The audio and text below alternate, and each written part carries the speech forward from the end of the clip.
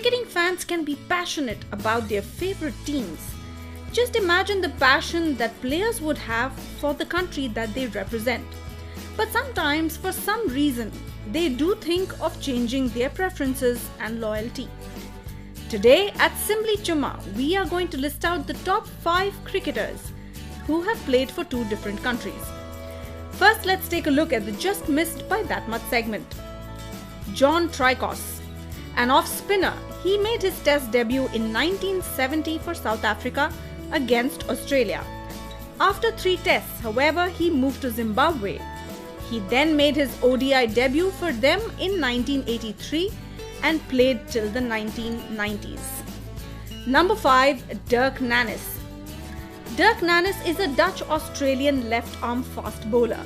He shot to fame playing for Delhi Daredevils in the Indian Premier League and was later called by Netherlands side, where he made his T20 international debut against England. Nannes represented the Australian side in the 2010 ICC World Cup T20 competition. Till now, he has played 15 T20 international matches representing Australia and 2 matches representing Netherlands. Number 4. Ed Joyce. Never mind switching once. Ed Joyce switched twice. Joyce started his career with Ireland before opting to play international cricket for England. Joyce played both ODIs and T20s, including the 2007 World Cup where he faced Ireland. Joyce was granted an exemption to return to Ireland for the 2011 World Cup shortly before his 4-year requalification period had elapsed. He has played 17 ODI matches representing England and more than 46 representing Ireland.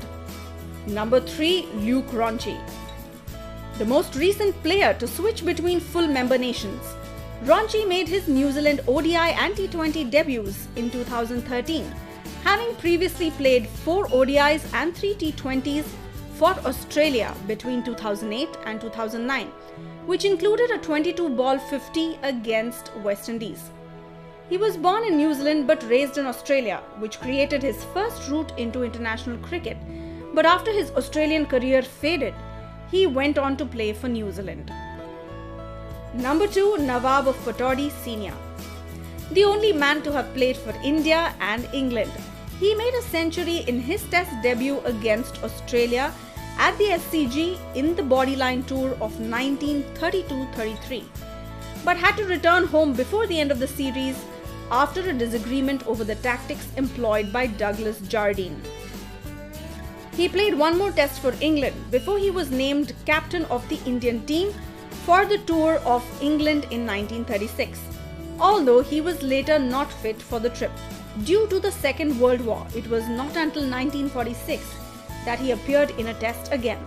By then, his best years were behind him and he made just 55 runs in 5 innings. Number 1. Kepler Wessels. Wessels returned to captain South Africa, including at the 1992 World Cup, following their readmission to international cricket post-apartheid. This came after a long career in Australia that included 3 years at Test level and stints in World Series cricket. He played 78 international matches for Australia and 71 matches for South Africa, in which he scored 5 centuries for Australia and only 2 for South Africa.